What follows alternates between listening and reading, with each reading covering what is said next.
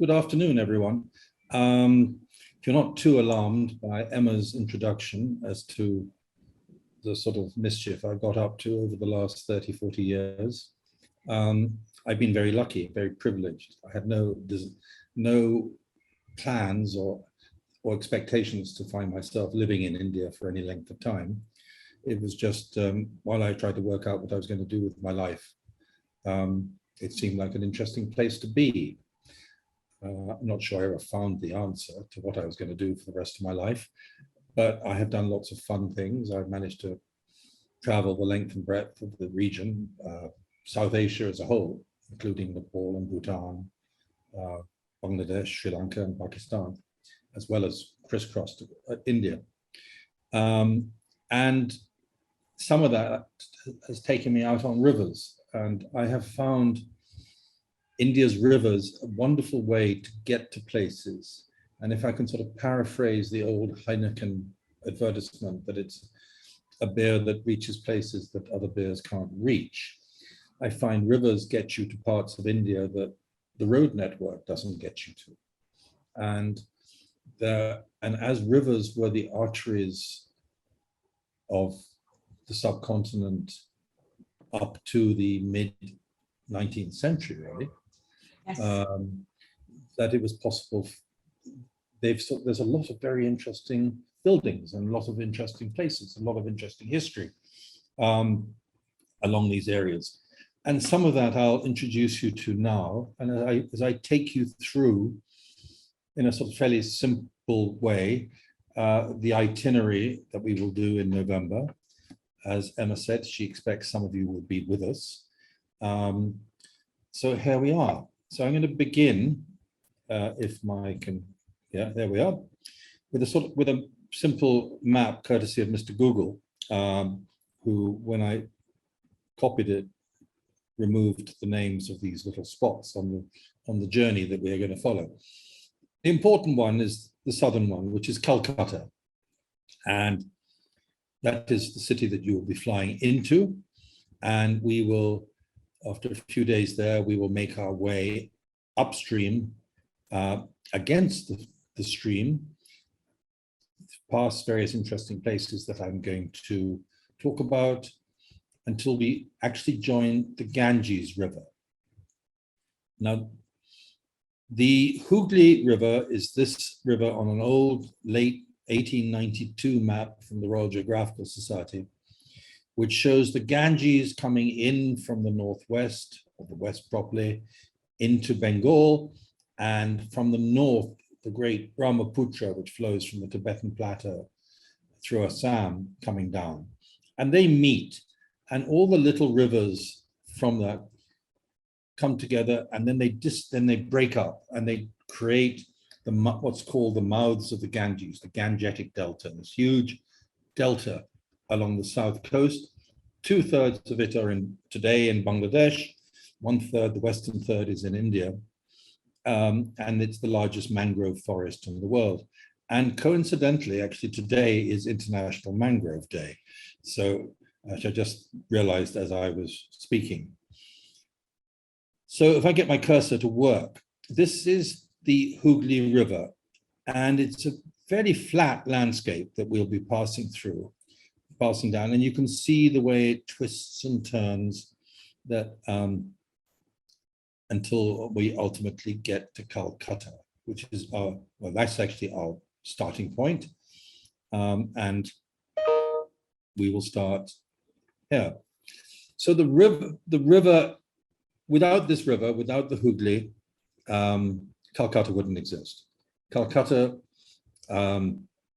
is one of many settlements along the southern part of the river, which most of those came up in they were small villages, but previously, but the Europeans arrived, first the Portuguese, the Dutch, the French, the English East India Company, and others from about 1620. The Portuguese probably came a little earlier, until the English took control of the area. And we'll tell that story later in this preview. So the river is the lifeblood and is the reason for Calcutta to exist. And Calcutta is a fabulous city. It was the second city of empire from the sort of early 1800s until early 1900s, when was the capital of India. And at those days, India was everything from Afghanistan, the Afghan border, so what is today Pakistan, all of India, all of Bangladesh. For a short while, Ceylon, which is today Sri Lanka, came under Calcutta, and Burma until the early 20th century. All were controlled from Calcutta. It was, so it was, you know, it controlled what would today be 25% of the world's population, and was probably a similar percentage in those days. It has some magnificent buildings, and we will be visiting some of these. The Princess Ghat building that I just showed you earlier, we'll probably go to on our first afternoon, introduce ourselves to the river, to the water. The following day, one of the places we will go to, and we won't necessarily do it in the order that I'm going to show you today. We'll use local knowledge on the day. Victoria Memorial was a creation of Lord Curzon, who was the viceroy until about 1904. So he was in India at the time that Queen Victoria died, and he wanted to leave a monument. So he commissioned this building, built with marble, white marble from the same quarry as the Taj Mahal. So it was carted or trained, trucked over halfway across India, and it was completed in 1922. Inside is a series of galleries with some very fine paintings. So it's a great introduction to the history of the region. One early morning, and we're 3 days in Kolkata to sort of give everyone time to get over jet lag and sort of orientate themselves. One early morning, we'll set off from our hotel, which is very central and quite close to where this photograph is taken. The roads are generally pretty quiet in the early mornings, and we will explore what I call 18th and 19th century Calcutta. One of the buildings we will look at is a fascinating church, St. John's, with some interesting memorials within its grounds, and a magnificent painting inside by Zoffany. He was one of the great artists of the late 1700s. A lot of stuff in India, but not only in India. And the Tate, Britain, has quite a few of his paintings. For those who would like to, there's an opportunity on one of the days to go to Mother Teresa's house, where is her memorial and her tomb. And it's still run by the Sisters of Charity, which is the order that she established in Calcutta, close to about 80 plus years ago now.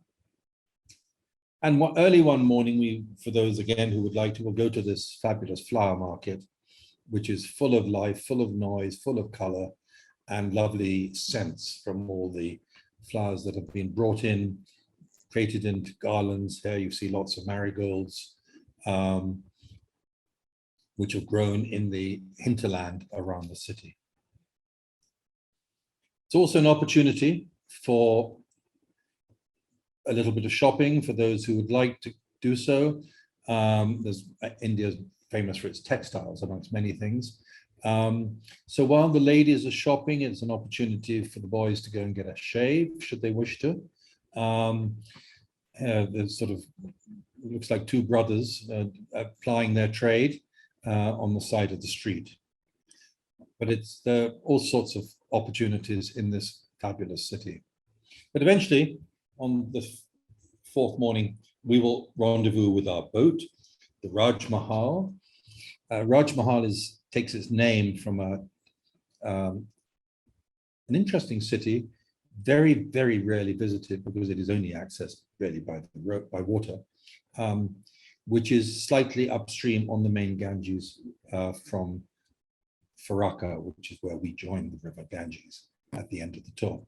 So we don't go to Raj Mahal, which gives the boat the name, but we'll talk about it and I'll explain it. The boat has 22 cabins, 14 of them on the upper deck, which are very, very comfortable, which are allocated to, I think, to our group. There are some other group cabins on the lower deck. There are also, including a couple of single cabins on the lower deck. All cabins are either twin or double bedded, and that's something that you will have booked or probably been given the option for in the documents sent by Jon Baines and Emma and her colleagues. The deck is the sort of main feature. That's where we rendezvous. It's where we spend time during the day. As we travel, we use this to relax, to sleep, to have our first beer soon after breakfast, or whatever one needs, or a gin, and sort of just take in the atmosphere of Bengal. It is a major artery, and but as I said, it's really a distributary of the main Ganges. All meals are downstairs in a cabin, which I'll show you in a second. There's some interesting sitting areas where we can meet in the evenings. There's also a bar downstairs where we'll meet and talk every day at the end of the trip, have a drink or two for those who wish them or need them, and plan and discuss what we're going to be doing the next day. All the cabins have a view out over the river on either side of the boat. They have these open, sort of what they call sort of French balconies. So the bars are there to stop you jumping out or stepping out, but you can have fresh air during the day. It's great for taking photographs, but we do need to keep them closed at night because of sort of insects and mosquitoes or things like that. Mosquitoes shouldn't be too bad, but it is at this time of year, but it's better to be safe. And that is another thing I can talk about later if anyone has any questions about what to wear. So whether it's a twin-bedded room or a double room, there is space. Every cabin has attached bathrooms, and there's a little mini bar and air conditioning. So the first place we stop at as we make our way upstream is the English settlement of Barakpur, which is about 20 plus miles north of Kolkata. It was a sort of weekend retreat and a cantonment area, i.e. a military base to the north of Kolkata. The governor would come up, the governor of Bengal, also the Governor General of India, who was based in Calcutta until 1912, when the capital moved to New Delhi.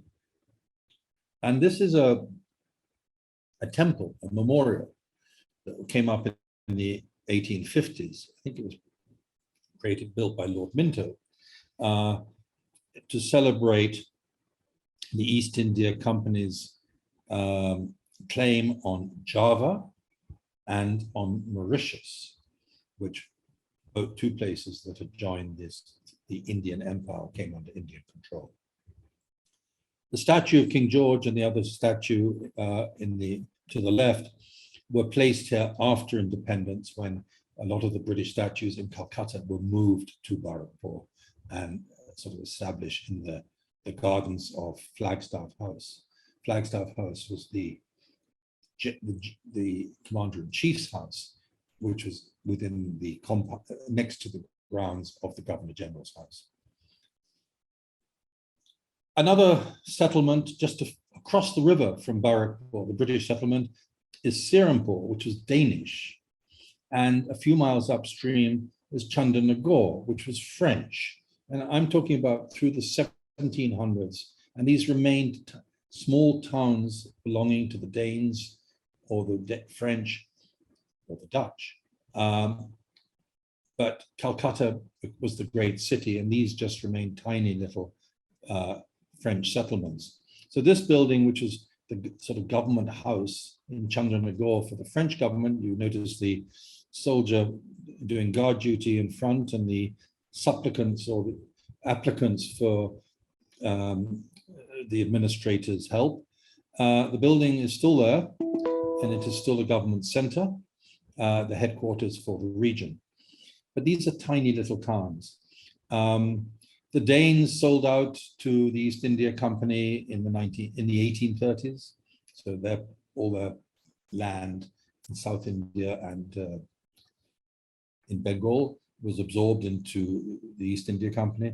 The French held on even after India got independence until 1954.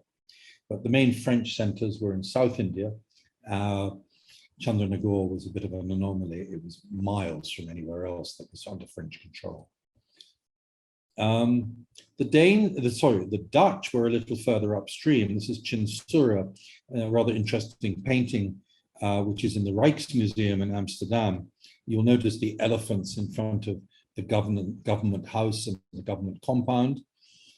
Within the compound, sort of gardens, 2 elephants here, a horse waiting at the gate.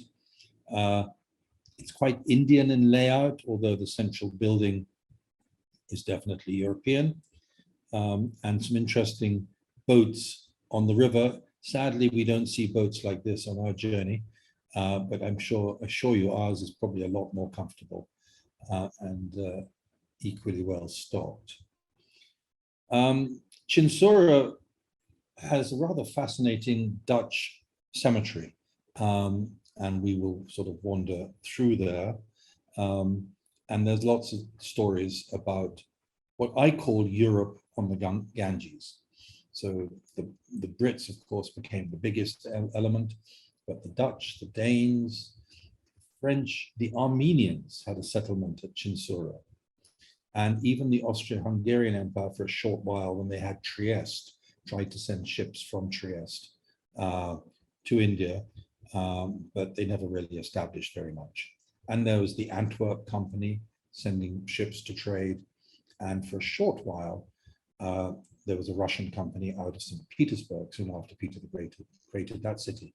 So Bengal was a magnet. And we are going to look at that on this journey. Why was it a magnet? Predominantly because of textiles. Muslin came from Bengal, and it was incredibly successful. But it was also an entry point into the rest of the subcontinent. And finally, the town of Bandel, which was Portuguese. And there's some Portuguese buildings and Islamic buildings in this town.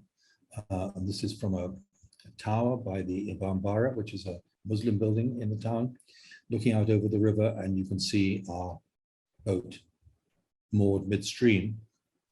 And we would use a country craft to get to and from the main boat to the towns, villages, or sites along the way. As we go upstream from Bandel, the river begins to open out. There are fewer settlements on the river. Some of these river photographs were taken in late August and in September a few years ago when I did this journey. When we go in November, the river level will be a little lower. There will be some banks on the side here. You can see it beginning pretty close to flood level, but the basic landscape, the basic experience is the same. We pass farmland, as we travel upstream. Brickworks on the left, across the river, a tower from a temple, grazing land, and sort of market gardening. And then we get to our first Bengali town. I mean, I shouldn't say that because Kolkata is very Bengali, but it's also very European in many ways. Kalna is an enchanting little town and famous because it's got these terracotta temples. Very fine work, and you can see the little figures in clay, like clay tiles, above the arch here. And it's best known for a temple of 108 temples. Each of these shrines is a temple dedicated to a form of Lord Shiva, one of the Hindu trinity. And this was built in 1812 by the then Maharaja of this area. So we'll have time to go in and look and explore and explain what it's all about. This and other sites are under the care of the Archaeological Survey of India.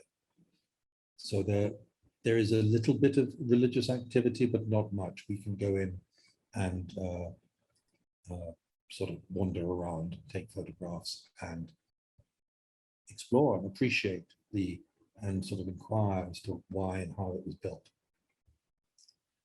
And then we sort of continue, use these large bends in the river, which I showed you in the map right at the beginning, the old map from the RGS. And we'll find local ferries crossing the river and rather odd buildings sometimes in sort of behind as such as these. Now these were, as I saw it a few years ago, a new temple that had been built beside the river.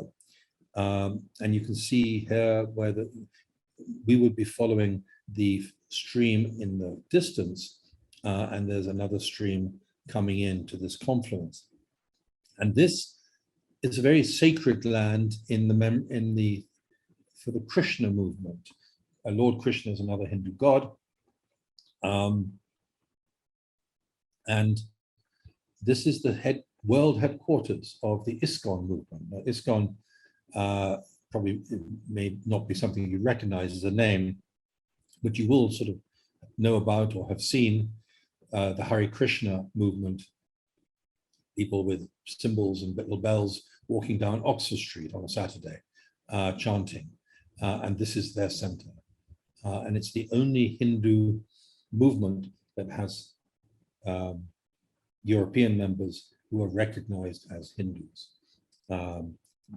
There's other forms of Hinduism believe that you have to be born a Hindu. So irrespective of how much you know or whatever, you have to be born it. You can't just acquire that faith. But the Krishna consciousness movement, the ISKCON movement, the Hare Krishna movement, believes that you can acquire membership of that faith, of the Hindu faith. So it's been, since I took those first photographs, here is that those buildings, this huge temple has come up. It looks a bit like something out of Vegas, but I assure you it's not. This is on the banks of the Hooghly River. So we're going to see all sorts of things.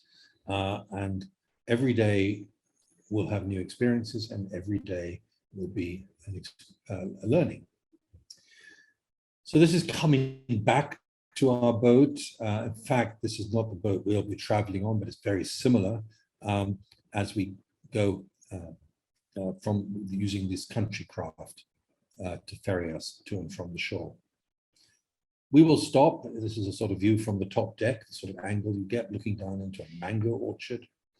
And when we stop and get out and wander and walk and explore, we will also be met by people who come and watch us. So while we watch them, they watch us. Are we more interesting to them, or are we looking at them, or are we the object of their gaze? It's an interesting, because the communication is purely visual. There's very little spoken contact. It's inquisitiveness, it's innocent, and there are lots of smiles. And I think if there's anything I've learned in all my years in India, it's still a nation of people who smile, which is more than I can say. I just got back from a month in the UK, and it's not a lot of smiling as you go walk down the high street. As we go upstream, we come to one of the most important sites in India, British history in India. It's the site of the Battle of Plassey from 1757, where Robert Clive defeated the ruler of Bengal and really changed history for India, changed history for the United Kingdom. for the East India Company, English East India Company, after this battle, really took complete control of Bengal, and from there, the subcontinent. So it's a critical, pivotal moment. Clive, of course, was showered with gold and gems and jewels, and went back to, he was probably a bit of a psychopath, went back to England. There was eventually an inquiry by the House of Commons, which was no more effective than the inquiries of the House of Commons today, really. And he was charged with theft, embezzlement, greed, and acquisition of wealth, to which he had this wonderful reply that he was amazed by his moderation. He didn't think he thought he had left a lot behind. And he did, because a lot of other people became wealthy and Britain became wealthy. The person that he defeated, Siraj-ud-Dowlah, is buried here a few miles upstream. And we will visit this site, and it's rather interesting, rather nice garden maintained by the Archaeological Survey. This is an opportunity to talk more about the history. And then we will go upstream to a place called Murshidabad. So here is our boat, and moored midstream. And if you look in the distance to the left, you see a huge building known as the Hazardari Palace, which means the palace with 1,000 doors. It is big, and there are lots of rooms. And we will visit this building. We will go in. It's got a lot of European and Indian artifacts in it. And we will look at the other buildings in the town, and we'll wander around and explore. It is a beautifully located, and this was the center of the Mughal rule in Bengal prior to the Battle of Plassey. And after the Battle of Plassey, it remained an important trading center. And one of the engines of that trade lived here. This is a house owned by someone called Jagat Seth. It was a family from Western India, from Rajasthan in Western India. And they were bankers. And they were bankers initially to the rulers in Bengal and later to the East India Company. So they managed to play, as all good bankers do, both sides, and accumulated huge wealth. The upper deck is where, as I said earlier, is really where we're going to be based for a lot of the time. Gives us an opportunity to look at the villages and towns, the agriculture, the rice fields, the jute growing areas. And jute is a vitally important crop from Bengal, and has been for many, many years. It's a source of rope, hemp, and it was a lot of Scottish traders were in Bengal, and much of what is today Bangladesh, growing indigo and growing opium, which of course went to China, growing jute. And jute is still grown and processed. Here it's been some cut and left to dry, and here it is having been soaked and bashed and soaked again, and now put out to dry. And it is then sent, there are jute factories, jute mills in parts of Bengal, and of course, a lot of it was sent to Dundee in Scotland, where jute merchants became very wealthy. And ultimately, we get to the point where the river Hooghly sort of meets up with the Ganges, and in order to keep the Hooghly flowing, water is taken out of the main Ganges River before it flows into Bangladesh. And these are the locks rather, at Farakka, where that junction takes place. Junction is. So we moor here and we go to a place called Gore. It's one of the great, little known, but fabulous deserted cities of India. And there are many, but there are three major ones. One in South India, one in Western India. That's just coincidental that they're geographically spread. And Gore, which straddles the border between India and Bangladesh. About 3/4 of it is in India, and we will wander around, and 1/4 is in Bangladesh. The Ganges used to flow past this city, and the river Ganges is a dynamic river. Rivers in this area are, they changed their course. And somewhere in the mid-16th century, mid-1500s, the Ganges changed its course. And this city ceased to have any importance. There will still remain settlements there for a while.